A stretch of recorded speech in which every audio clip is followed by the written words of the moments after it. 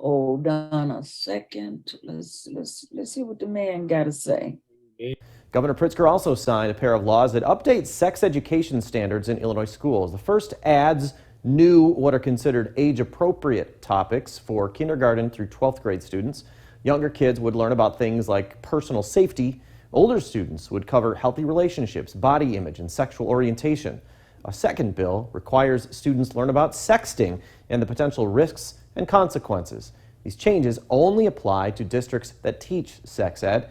Parents can also opt their students out of the classes. Well, isn't it always taught out of protectionism? Isn't the worst things in our society, they protect us from shooters by showing it on TV? Mm-hmm. Is that act protecting us from shooters?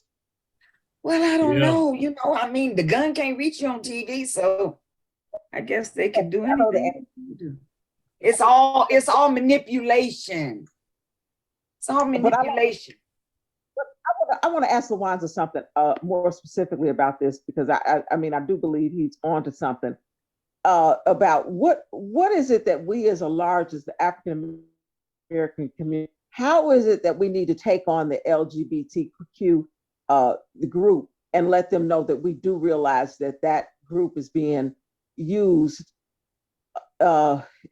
and it is a racist, it really is a racist agenda. Oh yeah, well, I mean, you gotta plug the holes. You gotta let the LGBT know. I mean, they're a group, they're a formidable group without question. But it's my view and opinion, because I've been fighting this thing for a long time, dealing with that. You can't even get PhDs and master's degrees in top universities and go through college if you don't want to participate, or you're gonna catch hell, like I've called. You got to let them know that what has happened is that the far right, the racists have infiltrated the LGBT movement. Just like and you got to give them examples. Like Black people used to vote Republican. I'm not advocating you being Republican. Wait, did you say we used to vote Republican? Yes, yeah, exactly. And that was a part of business, and we in Chicago and Brownsville was, it's renowned, nationally for the, for the advances that we made economically in Chicago. When World War II and you have FDR and all of that, this is my view. What happened was with Operation Paperclip, not only did, the Nazis infiltrate the Nazi program, the NASA program, another one, they came into the Republican Party and drove it to the far right, and then they created social programs, and the Democratic Party used FDR to put us into the Democratic Party, and similarly what they have done. The master manipulators behind the scenes, these so-called Illuminati, whoever the case, these conservative names, they have infiltrated this group, and they are using them. Okay, I live over here in Edgewater. Now, you live where? You know what you could, huh? Where you live? In Edgewater. Okay. Okay. The Boys Town used to be over there in Belmont and Broadway area. They done moved all over here. Okay, they used to be over there in Old Town. Now they don't came all over here. See, it's part of their urban renewal program. That's the way I view it. To displace. Remember, there used to be a lot of Africans over here around Thorndale and Winthrop. Yeah. Okay. And they've displaced us out of here. And so this group of people, the LGBT group, alternative people, they probably have years have been manipulated and used. They had them over there. They don't have any permanent fixtures. They're manipulated and they're moved around. They're not very persistent. They were in Old Town and now they brought up Old Town and it's exclusive, real expensive. They've done that over there in the Lakeview area where that. Now they brought them into Edgewater. So I see what they're using them for. They're using them to display, using them to as part of an urban renewal program to displace people who they do not desire there and keep them about 30 something years and then wipe them out and then bring in, some exclusive community. So, similarly, LGBT is being used for by conservatives, ultra conservatives who run and control stuff, and they use it in the Democratic Party does it too. Because the conservative behind the scenes is doing the funding. I got it. I mean, you're.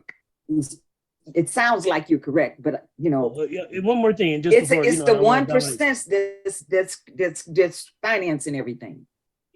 Okay, now give a perfect example. Look here. Now, the Republicans vote on a national level. Oh, don't let the people from South America come across the borders, have strong borders and all that kind of stuff. And they vote against them and the Democrats vote them in, but the Democrats don't control and run the jobs. Because I done worked out here in industrially, out here in manufacturing and in the industry with them, is Republicans who own all of those companies and they hire their ass, but they ain't gonna hire no black people. You just stated it. You're right. It's Republicans. They got the money. Jerry, did he answer your question? Did I? Oh yeah. Did I kind of am I kind of, Yeah, I would love to, go longer, certainly beyond the scope of this conversation, but he did give me a blueprint of how it is you go forward in the conversation where you explain how that group is being used as, in fact, the new races with a new, to be racist without the name of racism, to say that they too are a marginalized group and say that because they are marginalized, they are equal to us. And not all marginal groups are marginalized groups are not equal, because we know good and well that, for instance, they call themselves Jews, comprise of about 9% of America, but they too, they own 100% of the currency exchanges in Illinois. So we know that every marginalized group is not the same. So, right. So he's laying out a blueprint, and I really would want to talk to him further because he shares a lot of the thoughts that I have about where it is that these the real movers and shakers, as he says, don't give too much credit just to the governor, but the people that are really and also the demonization also of the Black family. So we really we cannot have this conversation without talking about what that does in terms of the further destruction of the Black family, where we, as because of where we are in capitalism, have a difficult time being in relationships already. And so if you include all of this in terms of the thinking, where it is that we will be in terms of being married to one another, what happens to those ideas? Mm-hmm. Mm-hmm. Oh, sure. Yeah, we'll continue conversation. Sounds good idea to me. Yeah, okay. Yeah, I want to. Lawanza, be sure to put your contact information in the chat. I'm trying to find I'm on my phone, and I got on my phone and I don't see the chat in the phone. Oh, now see there, I don't know how to use Zoom on the phone. I'm always on the computer, so I can't help you with that. Well, you see my email there? You see my email there? Send me an email. Right. Why don't we get up? You can just get the number, or maybe. Okay. Okay. No problem. Okay. So The young lady today laid out some very interesting reasons why they how the city and the state, they highlight for example the number of African American young men that are stealing cars and vandalizing cars and all this, but they don't tell you about the number of Black children that are coming up missing, that just suddenly disappear off the face of the earth, that they never are able to discover what happened to them. They're just gone. And I thought that was so and that's the way things are reported. I mean, we learn every day about the vandalism and we shooting and maiming one another. But what about the children that are just disappearing? I get notices all the time about the seniors that are, they just walk away. Where'd they go? I don't know, y'all. They use a lot of different circumstances for distractions about what they're really doing. What say you, Jerome?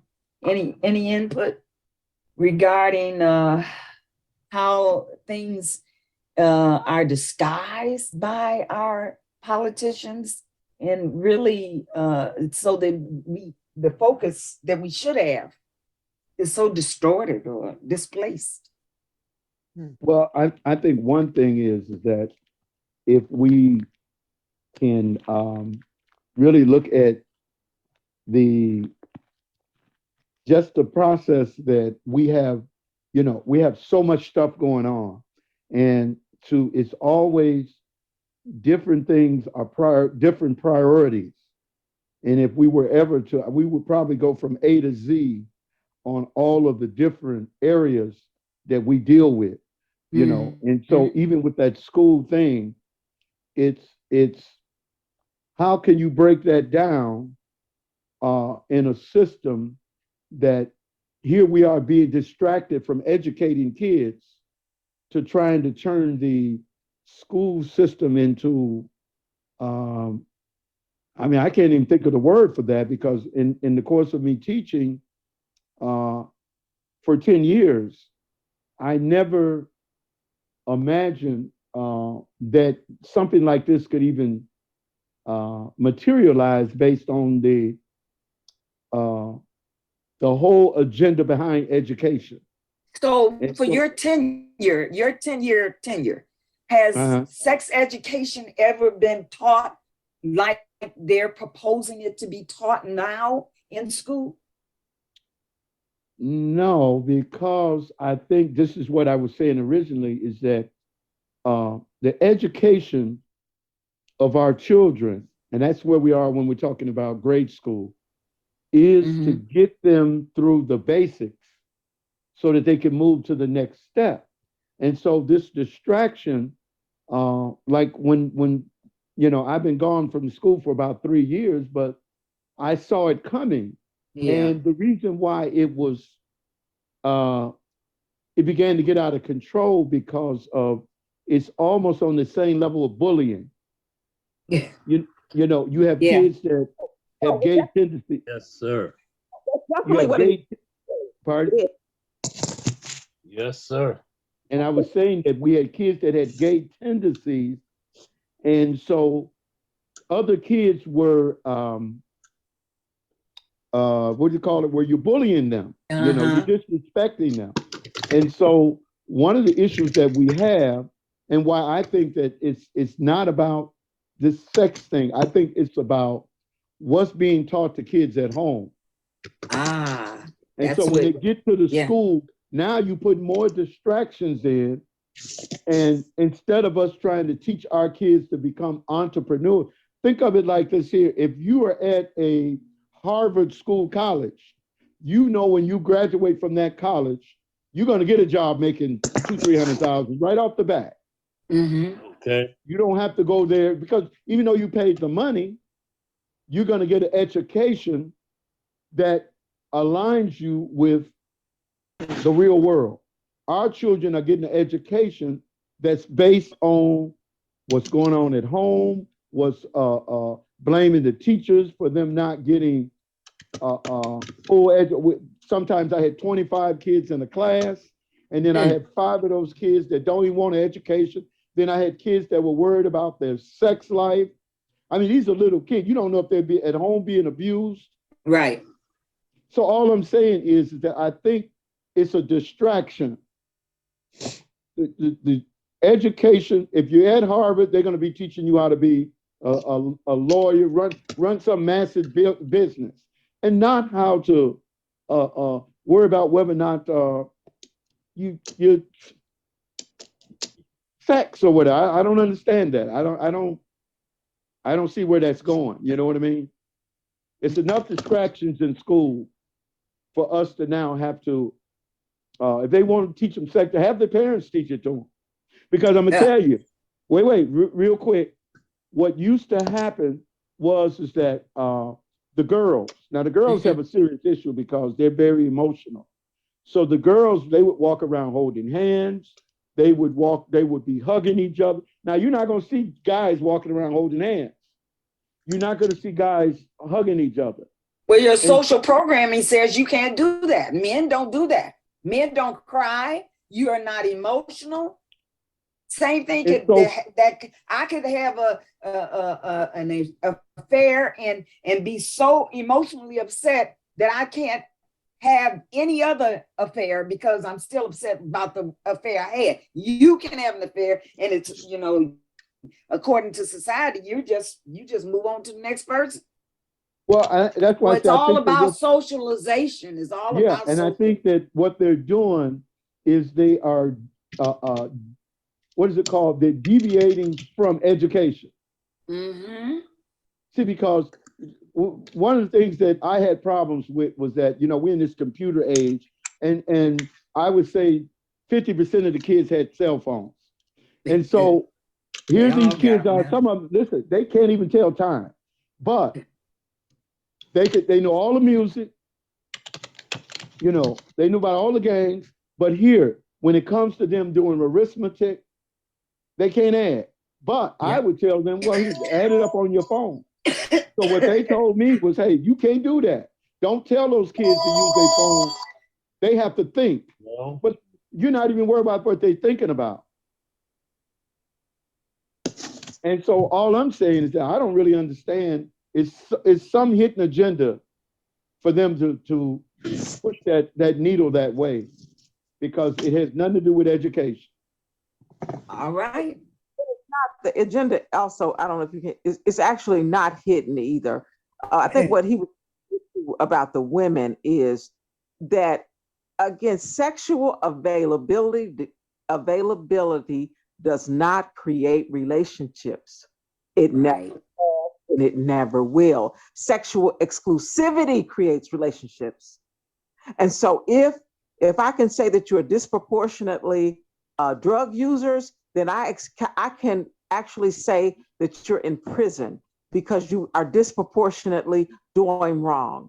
They are also, there's an attempt to explain that there's not the Black family, because in 60 years, there is a movement and there is a way of saying to the world that we are disproportionately homosexual, we are disproportionately sexually available.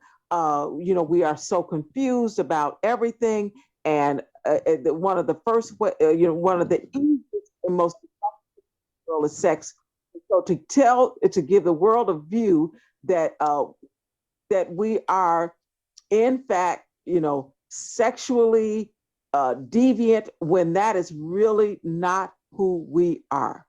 Yeah, that's the image they have drawn for us. That's the perception they have developed through their media, presentation of our lives, only focusing on negative stuff. Somebody, keywords to say there. let me mute. I don't know, somebody's, okay. their focus is to paint us with this brush of abnormality. You know, like families. You see, in 75, when there's less marriages in the Black community, it's going to be explained through this sexuality. And then our young people don't, you know, they go through these trends, fashion statements, walking around with the men with the pants down, and the women, they wear their pants down too. You can see their G-strings or whatever you call them. And the whole point is it's how we allow others to shape and present our realities. What we end up doing, we end up displaying these abnormal behaviors because that's what we're exposed to. Understood? Anybody comment? Yeah. What they've done is that they're controlling the narrative, you know. Yes, they are.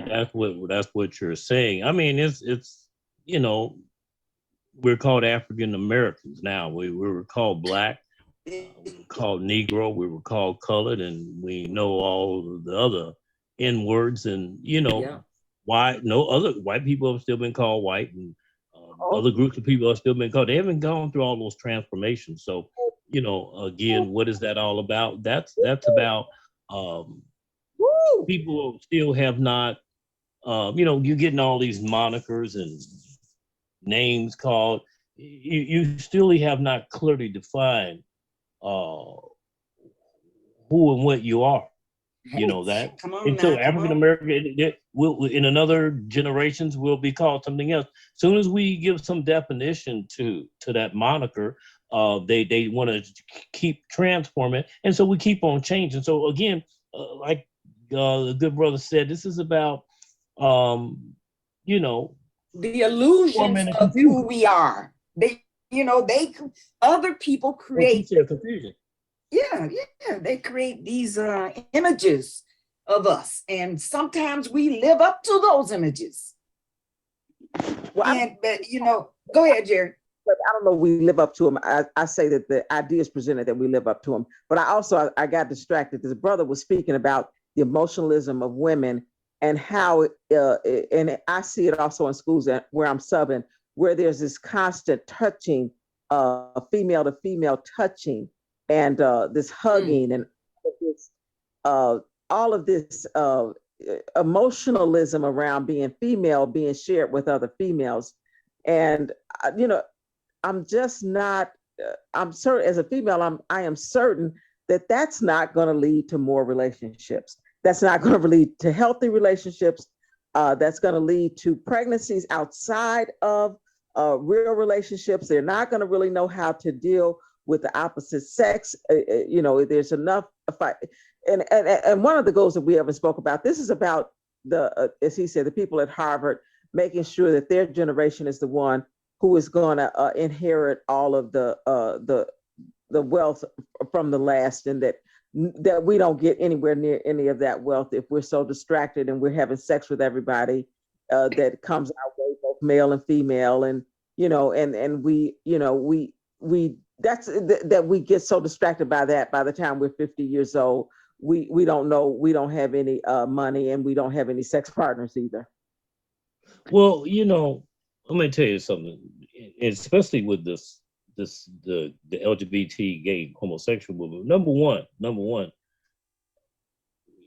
we do know that two gay guys and two gay girls, they ain't going to live together for 30 years and pay off no home mortgage for $300,000-$400,000, for a 30-year fixed term and APR at 5-6%.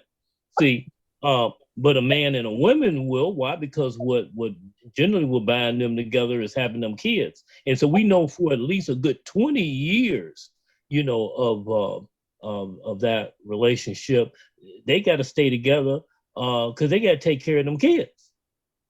Come on. Okay. Come on. And so you know, for our people, we don't control mass media. And when we some of the number one people looking at TV because we don't do enough reading. And so our immediate stimulus, radio, TV, we're more, you know, influenced, by this than non-black people, i.e., white, who have other activities and other social moray organization and institutions to serve as a counterbalance to these negative, you know, influences, like, this so-called sex education. There's nothing sex education about that. And so, that's something that we have to keep in mind. A lot of people are bombarded with these fallacious and outlandish things, but the difference is that we don't have counters, examples, and symbols to offset that negative feedback, the negative, images that we get, unlike other groups of people. Hold on now. With the invention and the institution of social media, we now have leveled the playing field. We can now share information in ways that we've never been able to do before. Now I can talk to my auntie in Yazoo City, Mississippi, and I can tell her what's on my mind. I couldn't do that before. So social media has enabled us to be able to communicate with one another and share our truths. So now the big boys are afraid of us in terms of the capacity that we now have gained. So yeah, we can influence one another, and we need to start doing that. We need to start using this platform to do that. And let me take just a moment to welcome Miss Roxy Williams to the show.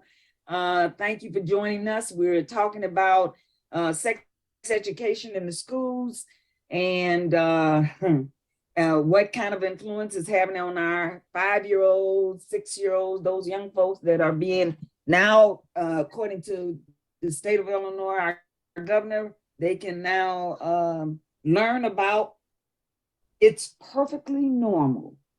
That's the introduction to a book that's going to be utilized in several of our schools. And it's changing bodies, growing up, sex, gender, and sexual health. That's our discussion this evening. Welcome to the show, Roxy. Thank you, Juan. So I don't know. I'm just I know that now we have the capacity to influence our children, our parents, our neighbors, and we need to take that opportunity and do just that. What say you, Jerry? Well, I definitely agree with you, Wanda. And I also, to his point, though, what he's saying is, I want to just kind of just do a snapshot of the. Okay. What he was explaining is not false in terms of the girls not having, in the average school right now, for instance, how many of an African American, like, we call ourselves African Americans now, how many African American girls have African American teachers who are married women, and they can see them function in the family way? How many versus the counterpart? The standard bearer wants to remain, Donald Trump and his children all being happily married to members of the opposite sex. The truth is that is what is done, but they want to put it out there for us that everything else is possible. We don't need I don't think that we needed to know. Again, we're talking about the distraction of all of that. We need to see more relationships in our own community of, Mhm. of our teachers being married to people of opposite sex. Do we have those examples on the block? Do we have those examples in our family? That's what he's speaking about. And will we have the same number of examples in 50 years? That's what concerns me. It's not today that concerns me. It's 50 years that concerns me. Mhm. Well, I'm gonna tell you about Rowdy that. audiences in New York, they are often rowdy. I'm sorry. Go ahead. Well, let me tell you something about that. Now, on Monday, over at Northwestern, they had a keynote speaker, lady named Miss Eiffel. Maybe you're familiar with her name. I think it's Cheryl Eiffel. She's former president of the NAACP Legal Defense Fund. She's held other high-ranking positions. She's been a Black woman. She's been named, she's been on, I think, one of these top magazines, Time, something like that, or American Lawyer, top lawyer in the nation. Who is she with? She's with a white man. She's with a man who's white. Well, I'm there in an auditorium, and well, what do I see? The young Black women who I see there, if they're with a man, they're paired with a man who is not a Black person. Okay. I go to school there. I'm a graduate student, computer science department. You know, the way they act in these schools, I'm an older guy, so, you know, they can get away with that. I'm too old, but still, you know, they'll marginalize and try to slight me, put some pervert up in my face with something I'm never going to do. And they're pushing that agenda. This woman is Black woman, representative of all organizations, NAACP, married to a man who's white. You know, I know realistically, there's always going to be people, and I'm not knocking people. You know, there's always going to be somebody, you know, going to step outside. I mean, you know, it depends on circumstances, but again, you're talking about Northwestern is a prestigious institution. It's ranked number 10 in the country, or number 9, U.S. News World Report. These Black people who are coming out of these schools, and it's mostly female, they completely align with these white folks all the time. Black males, they harass us. Most of the young Black males I see up in there, they're all gay. You know, every one of them practically. You know, I see them. Yeah, all of them are gay. And get up with the white boys, you know, and so this, they have a system that they have in place. Let me tell you what they do in these universities. Northwestern, can you imagine in undergrad and graduate courses, you don't have a textbook. They do not use textbooks. They're teaching you from out of some PowerPoint presentation. Does not have content. And why would they do that? Because what that means is that, well, in order to solve those questions and do the homework, well, you have to have access to resources. Most of the students, many of the students are Asian, Oriental, and stuff. And so they can get it through student organizations or TAs and all that kind of stuff. But if you're a Black person, it's unlikely that you're going to have that type of connection. And so you have to align yourself with those students who do have connection to those resources. You as a Black woman can get with you a white dude, and you see them all the time, with these white boys in the classroom to get information, and they play them and use them sexually. And the administration, academic affairs, deans are behind it, trustees, they're all behind manipulating this, putting crackers and non-Black people up in the face of young Black men to turn them out to be gay. It's all about the perception and manipulation of what we think through their actions. Go on. Yeah, and so again, so what you have is that you have academia, and that's I've gone to a number of schools, and Wanda known me to complain about this. From DePaul, which is the most notorious and infamous violator, you know, of human rights on a gender level.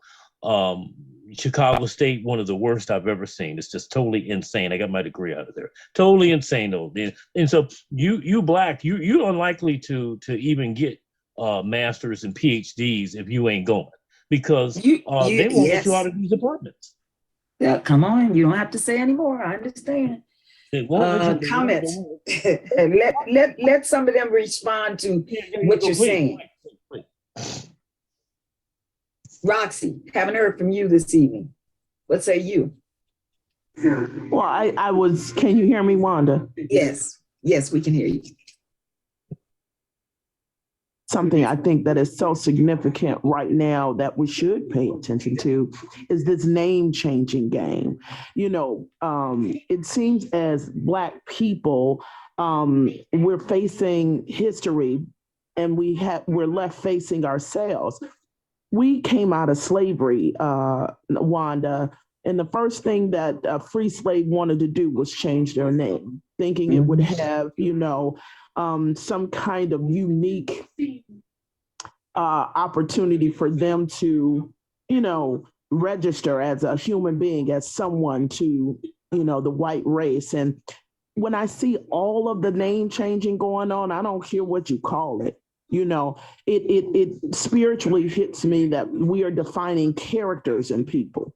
Your daughter's not your daughter, they're their son. I am a mother. I am a more open-minded, I think, parent. But my son can't change some things in my lifetime. If I had a son, that's what he is when he goes. And he can change his name and he can change his lifestyle of polyamorous. My son is very heterosexual. Let me get that straight. But I'm saying we must stand up and call a spade a spade.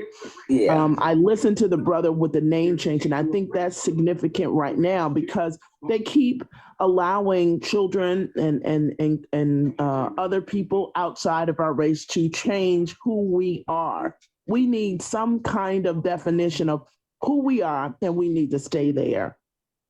Yeah, I don't know anything. I mean, when you don't know who you are as a person, you don't know. I mean, now we're playing with sexuality, like, come on.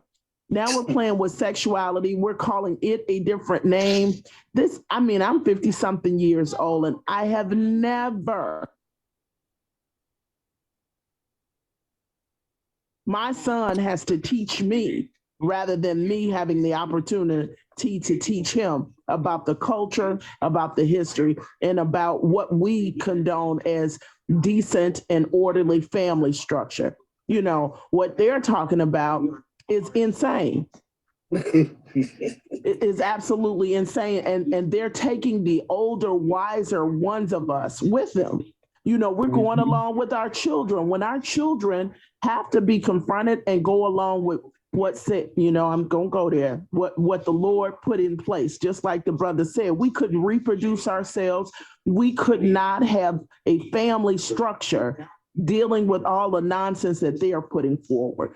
And we're allowing them to turn this thing in a way that we're going to have a hard time turning it back. And I just think that, if we're ever going to make a stand, this is probably the time for someone to stand up, and even the churches are scared to do it. But to stand up and say, we're not changing the game.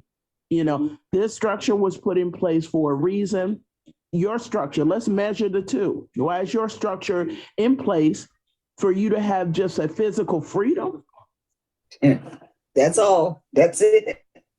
Our structure was put in place that we would replenish the earth and still understand that we have a power higher than ourselves to account to. That structure has no accountability, and it is and will spin out of control. So I could be all over the place with this, so I'm gonna end right there. Okay. All right. Well, ladies and gentlemen, this has been such an informative discussion. I mean, we're all over everywhere because we all have our own opinions about why this thing is occurring. But I think the most important thing to ascertain is that we need to do something besides talk about what's going on with school and the sex education. So what can be our action steps? What can we say and do to move us in the direction of taking some action? Because do we want our 5-year-olds to know about it's perfectly normal sex education? Do we want them to know about, ejaculating, masturbating? No, we don't. No, we don't want our children. So what we gonna do? Hey, That's too what much. we gonna That's do? so. Yeah, look, I don't even want you all to know that, and I'm 60 years old. Amen. Yes, I agree. You know what I'm saying? So I agree. And we're bringing our because we know that this is lightweight sex porn. When you start all of these conversations in public, we have always been a people that were very uncomfortable with all of that sexuality in our mouths, and we need to. I say we need to push the church. That's what I say. And I agree, and a lot of us. Roxy, you're going in and out. What did you say? I agree with the sister. We need to ask pastors, what are your core values in your church? Because your core values will determine whether you're going to go along with this mess or stick with what the gospel says. And then you're going to have problems with these churches, There's a lot that's part and parcel of the problem in the first place. Number one, the first thing need to be brought out about this business is that this is criminal. This is a moral assault on the innocence of a child. This time that it's been in with this foolishness, the child needs to have time to be a child. I mean, your development as a human being through adulthood and teenager, adolescence, childhood is premised on you developing and going through the stages of doing what children do. I want to say that. So that first you need to say that. So you got to go to studies showing, doing research studies showing that children have to go through that maturation process long before they don't even have a true sexual identity in the first place at that age. Before you can obtain a sex identity, you don't go talking about the act of copulation. You haven't got a full understanding of what your sexual identity is. Right. Right. The roles that parents have. We're giving a public structure consent to take the roles that parents have. Parents have to stand up. We take them to church so that they have spiritual development. We send them to school so that they have an education. We too control what our kids learn. I don't want a teacher teaching my kid about something that is in my control to teach at the time that I think that they're mature enough to deal with that subject matter. I agree. Mm-hmm. I agree. What say you, Jerome? We're closing. Let's get your final comment. Is he still around? Jerome? May have stepped away. Okay. Well, ladies and gentlemen, we're going to have to close, but let's do some follow-up. I think we're all in agreement that sex education starts at home. I'm going to tell my son and my daughter, this is what's appropriate. If somebody does this or says that, you come tell me, or you tell your teacher or your pastor, but you tell somebody. Don't let nobody threaten you to make you think that if you tell somebody, they're going to do something to me or to your dad or to your auntie or your Uncle Frank, whomever. Tell me what's going on with you. And I'm going to close with, that's what we need to do with our children. We need to educate our children about themselves, what they need to know, so nobody else can take our place in telling them how they should acknowledge their bodies and minds. That's right. Education starts at Education the starts at home. They can help to support what you're talking about. Right. but they can't replace what you taught. You cannot. Thank you, ladies and gentlemen. Have a good night. I'll see you tomorrow night and All right. next week. Be blessed. Thank you, Wanda. Thank you.